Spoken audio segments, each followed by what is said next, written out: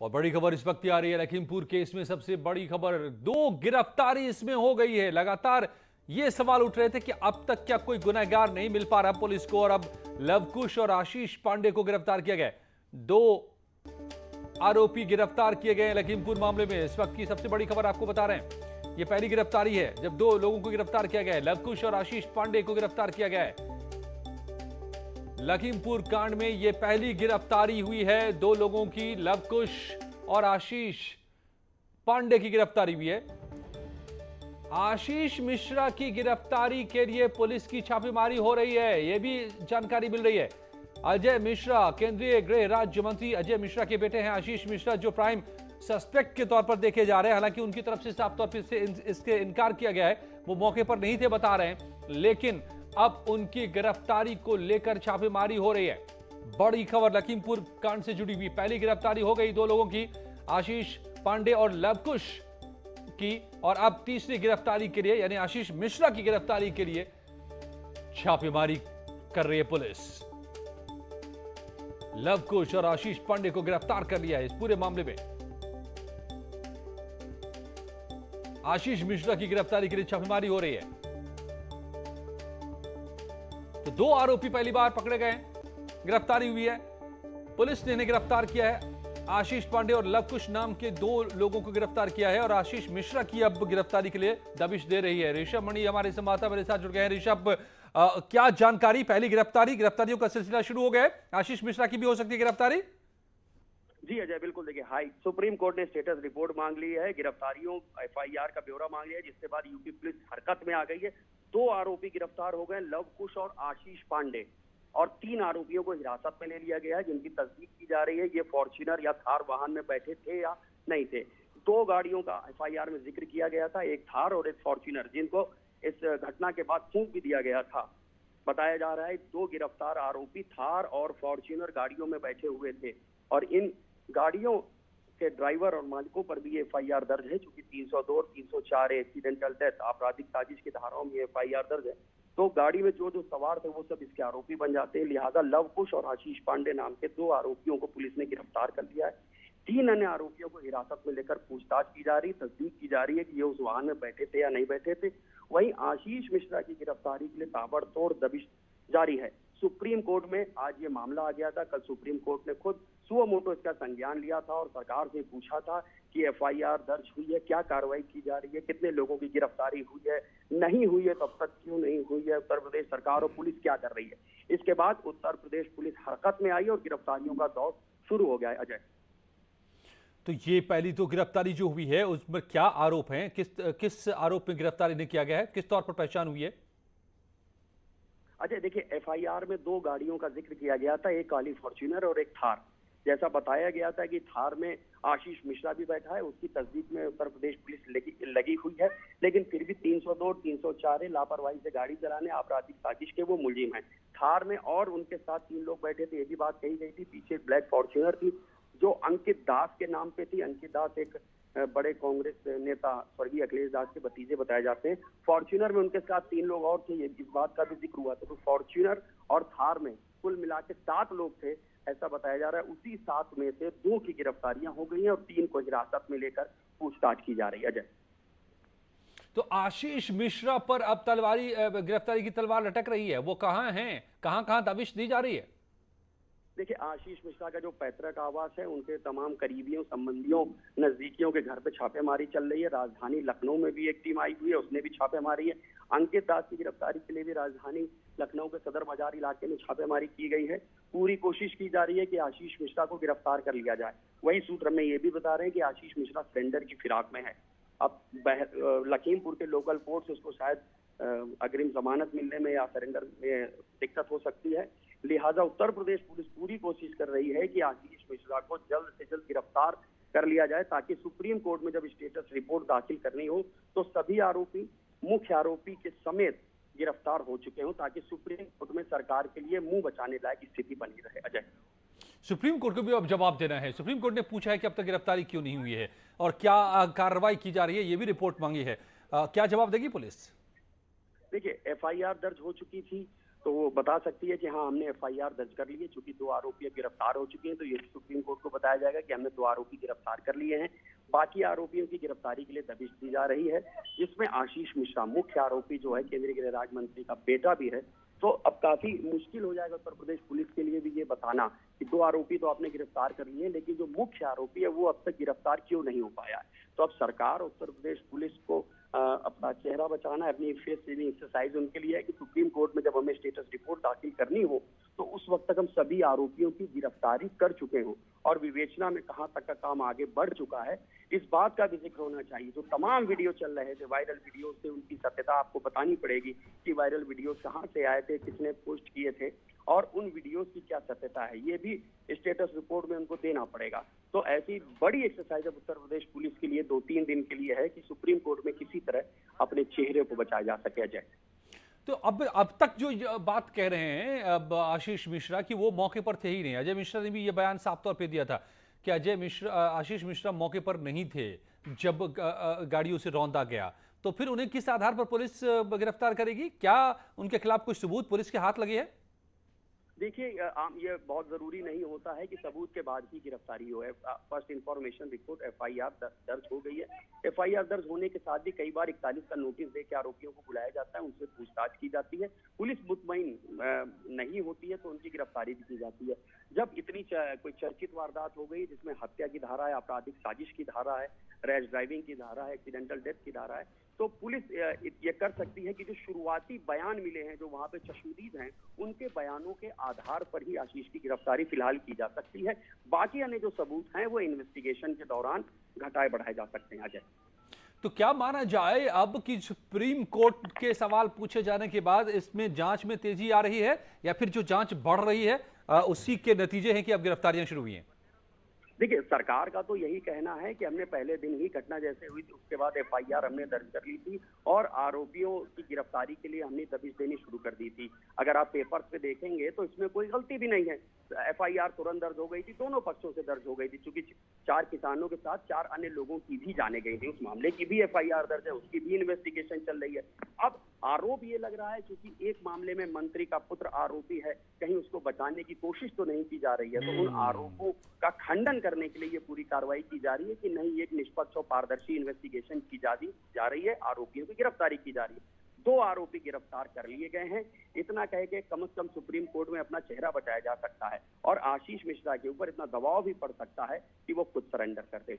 अजय, मैं एक बार फिर से खबर बता दूं अपने दर्शकों को कि लखीमपुर केस में अब तक की सबसे बड़ी डेवलपमेंट है, सबसे बड़ा अपडेट है कि 2 गिरफ्तारी पहली बार हो गई है इस पूरे मामले में। लवकुश और आशीष पांडे नाम के 2 शख्स को गिरफ्तार किया है पुलिस ने और अब आशीष मिश्रा की गिरफ्तारी के लिए भी दबिश दे रही है पुलिस।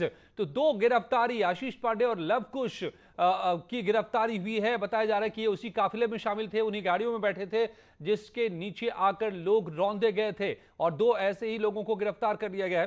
पहली गिरफ्तारी ये हुई है। आशीष मिश्रा की गिरफ्तारी हो सकती है किसी भी वक्त। ये अपने आप में बड़ी खबर, जो सुप्रीम कोर्ट ने आज पूछा था कि आपने अब तक गिरफ्तारी क्यों नहीं की, तो अब दिखाई दे रहा है कि 2 गिरफ्तारी हो गई है और किसी भी वक्त हो सकती है आशीष मिश्रा की गिरफ्तारी।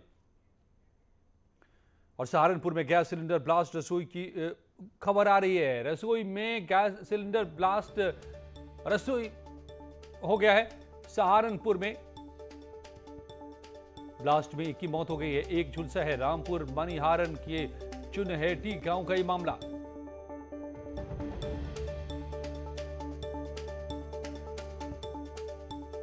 सहारनपुर से बड़ी खबर आ रही है। यहां पर देखिए सिलेंडर ब्लास्ट हुआ है, रसोई की में सिलेंडर ये फट गया और इस ब्लास्ट में 1 व्यक्ति की मौत हो गई है, 1 झुलस गया है।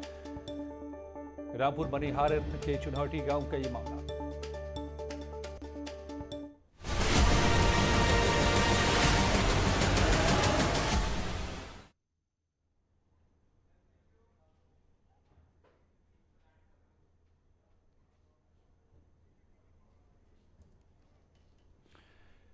जी हां, तो 20 साल हो गए हैं सरकार के नरेंद्र मोदी को किसी भी प्रशासनिक पद पे रहते हुए, यानी कि सीएम जब बने थे वो गुजरात का पहली बार, तो आज ही के दिन 7 अक्टूबर को 20 साल पहले पहली बार वो बने थे पीएम और आज 20 साल वो पूरे हो गए हैं। तो तो सवाल यह है कि 20 साल कितने असरदार। मोदी के सत्ता में 20 साल बेमिसाल, असरदार सरकार के 20 साल। वर्षों की उनकी जन सेवा की यात्रा, जहां निराशा के माहौल से देश को निकालकर विश्व गुरु के पद पर अग्रसर करने की रही है, वहीं उन्होंने एक कर्मयोगी के रूप में देश के जन जन को नया भारत, न्यू इंडिया के विजन को साकार करने का आत्मविश्वास दिया। 13 साल गुजरात के मुख्यमंत्री, 7 साल से देश के प्रधानमंत्री। आज के ही दिन 20 साल पहले मुझे जनता की सेवा का एक नया दायित्व मिला था। कुशल वक्ता, बेहतरीन प्रशासन, विवाद छवि, आधार फैसले। मोदी को मिला सबका साथ, सबका विश्वास। मैं इस अवसर पर प्रधानमंत्री मोदी जी के स्वस्थ और दीर्घ जीवन की कामना करते हुए उनका यशस्वी मार्गदर्शन और नेतृत्व इस देश को लंबे समय तक प्राप्त हो, इस विश्वास के साथ आप सभी को, पूरे काशी वासियों को हृदय से बधाई देता हूं। दुनिया के सबसे लोकप्रिय नेताओं में शामिल। अमेरिका भी पीएम मोदी का मुरीद। 20 साल बेमिसाल, पर विपक्ष के सवाल। 2014 के बाद से पूरे देश की अर्थव्यवस्था बुरी तरह से चरमरा गई है। यहाँ महंगाई, बेरोजगारी चरम सीमा पे है। कोविड काल में लोगों की मौतें हुई।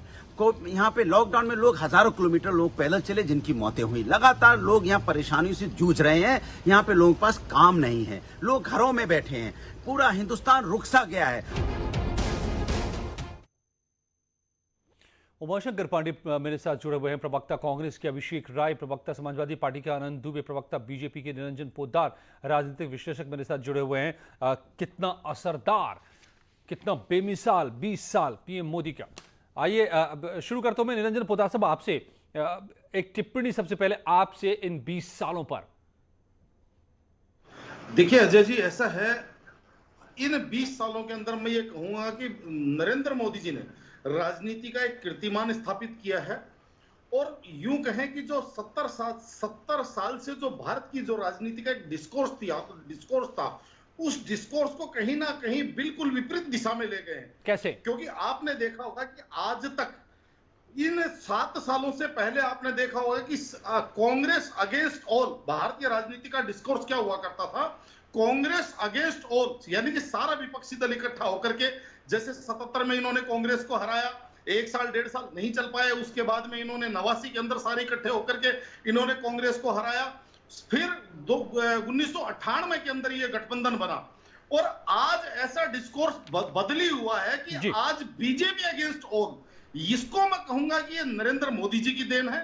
और नरेंद्र मोदी जी को कहीं ना कहीं विपक्ष ने बनाया है, क्योंकि जितना विपक्ष ने नरेंद्र मोदी जी पे करारा और क्रूर हमला किया है, चाहे उनको मौत का सौदागर, चाहे उनको खून की दलाली, और पता नहीं लोगों ने कितनी कितनी गालियां दी, ये उसी का परिणाम है कि आज मोदी जी एक वैश्विक नेता के रूप के अंदर प्रकट हुए हैं और सबको, एक पूरे विश्व को मार्गदर्शन देने की दिशा में चल रहे हैं। मेरा ऐसा मानना है। बिल्कुल। अभिषेक राय जी, समाजवादी पार्टी के प्रवक्ता, तो उन्होंने, मोदी साहब ने पिछले 20 सालों में पॉलिटिक्स के डिस्कोर्स को, राजनीति के विमर्श को एकदम उलट दिया। एक ये भी, इसको ऐसे भी कहा जा सकता है कि पहले सरकार मतलब कुछ नहीं करती है था, अब सरकार डिलीवर करके दिखा रही है। देखिए, मैं आपसे सीधी सी बात कहता हूं, आज जुमलेनॉमिक्स में मोदी जी को 20 वर्ष पूरे हो गए, इसके लिए उन्हें बहुत बहुत बधाई हो। एक लाइन में कहूं तो मोदी जी नेता कम और मार्केटिंग गुरु ज्यादा लगते हैं। देश का प्रधानमंत्री बनने से पहले गुजरात के वो मुख्यमंत्री भी थे। उन्होंने गुजरात मॉडल का झूठ बनाया, उसकी अच्छी पैकिंग करी और हमारी देश की भोली वाली जनता को उन्होंने बेचा। आज मैं उसमें नहीं जाना चाहता, गुजरात के सारे उस पे। मैं आज से 8 साल पहले मोदी जी बड़ी बड़ी रैलियों में ऊंचे ऊंचे मंचों से सवाल पूछते थे। आज सवाल मैं उनसे पूछना चाहता हूं कि मोदी जी पीओके कब वापस लोगे, अस्थायी चीन कब वापस लोगे, पाकिस्तान नक्शे से कब हटेगा, रुपया इश्यू से कब बाहर आएगा। चुनाव से पहले जीजा जी की बात करते थे, 2014 के बाद क्या हुआ, आज तक आपके लिए उनके खिलाफ आवाज नहीं निकली। शारदा चिट फंड का मुख्य आरोपी भाजपा से कैसे जुड़ा हुआ, पेट्रोल डीजल महंगा क्यों हो रहा है, 2 करोड़ रोजगार सालाना के लिए बोल के 20 लाख भी नहीं दे पाते। जवाब लेते, इतने सवाल के जवाब देते थे तो शाम हो जाएगी आनंद दुबे जी को। आपके इतने सवालों का जवाब ले लेते पहले आनंद दुबे जी। जी जी देखिए, सबसे पहले पोद्दार साहब ने जो बात कही उसी को आगे बढ़ाता हूं, और प्रधानमंत्री मोदी जी को सार्वजनिक जीवन में 20 साल पूरे होने के लिए सबसे पहले उनको बधाई देता हूं।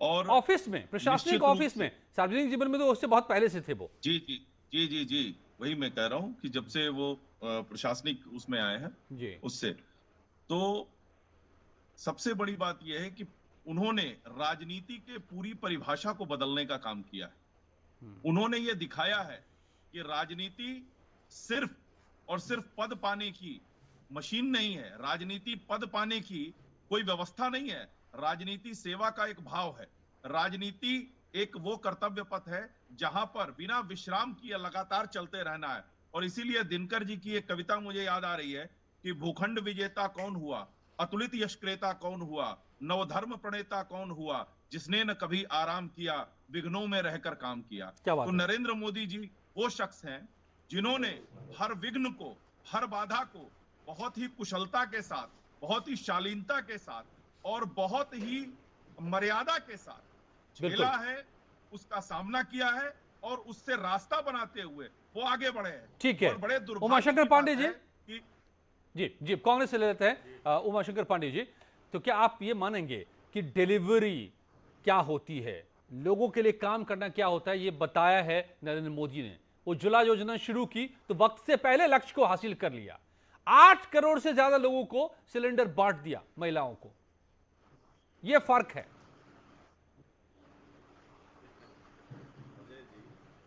20 साल में जिन लोगों ने गुजरात से लेकर पूरे भारत को बदहाल और बेहाल बना दिया, मैं तो केवल ये कहता हूं कि बस इनकी सत्ता अब जाए और अच्छे दिन भारत के लोगों के वापस आए।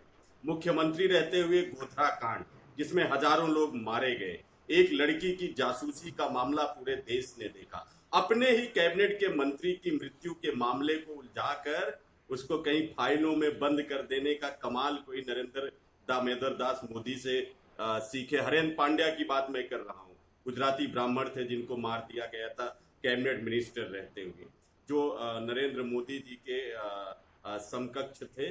केशुभाई पटेल, शंकर बाघेला और अब तो आडवाणी जी और संजय जोशी जी का सीडी कांड सब उनके मुख्यमंत्री रहते हुए, और जस्टिस लोया का कांड उन्हीं के मुख्यमंत्रित्व काल से जुड़ा हुआ मामला है। उमाशंकर जी, ये सारी बातें आप लोग उठाते रहे हैं चुनाव दर चुनाव, लेकिन जनता ने सुने, जनता ने ध्यान नहीं दिया इन पर, कोई नई बात बोली नहीं इनकी।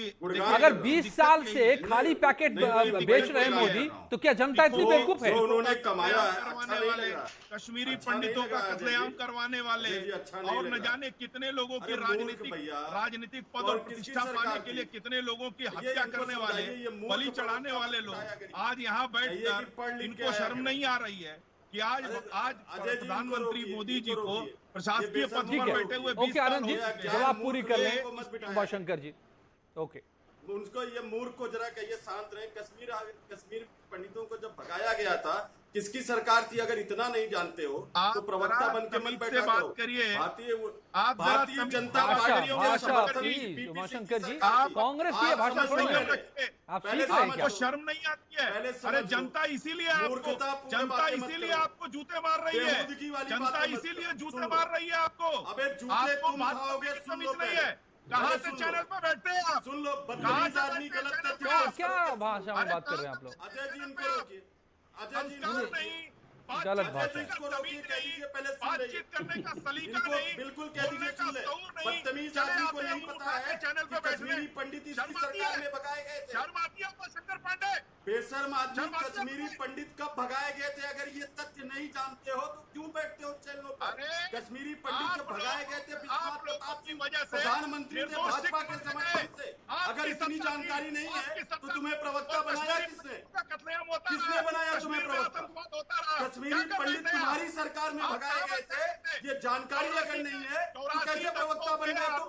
84 दंगों के आरोप। अजय जी ऐसे मूर्ख लोगों को मत बिठाइए। ओके, ठीक है। इनके शासनकाल में बनाए गए निरंजन पोद्दार जी, कश्मीरी पंडित इनके साथ। देखिए अजय जी, ओके निरंजन जी, मैं एक बात, निरंजन जी सवाल मेरा ये है, जो जैसा कि अभिषेक राय और उमाशंकर पांडे जी कह रहे हैं कि 20 साल से मोदी जी बेवकूफ बना रहे हैं लोगों को, इनकी बातों का सार है। उमाशंकर जी सुनिए ना, अब आप लोगों की बातें आ गई ना सारी, आप दोनों का मतलब ये है कि 20 साल से मोदी जी, अगर कोई झूठ बोलता है तो ओके उमाशंकर जी प्लीज, अब मैं दूसरे को भी लाता हूँ, आप तो काफी देर से बोल रहे थे। जिसको ये नहीं पता था। अच्छा ठीक है ना भाई। अच्छा पोद्दार जी तो क्या अगर 20 साल से गलत बोल करके मोदी जी रूल कर रहे हैं, चाहे वो गुजरात हो या देश में, तो क्या जनता इतनी बेवकूफ है क्या कि जनता को समझ ही नहीं आता?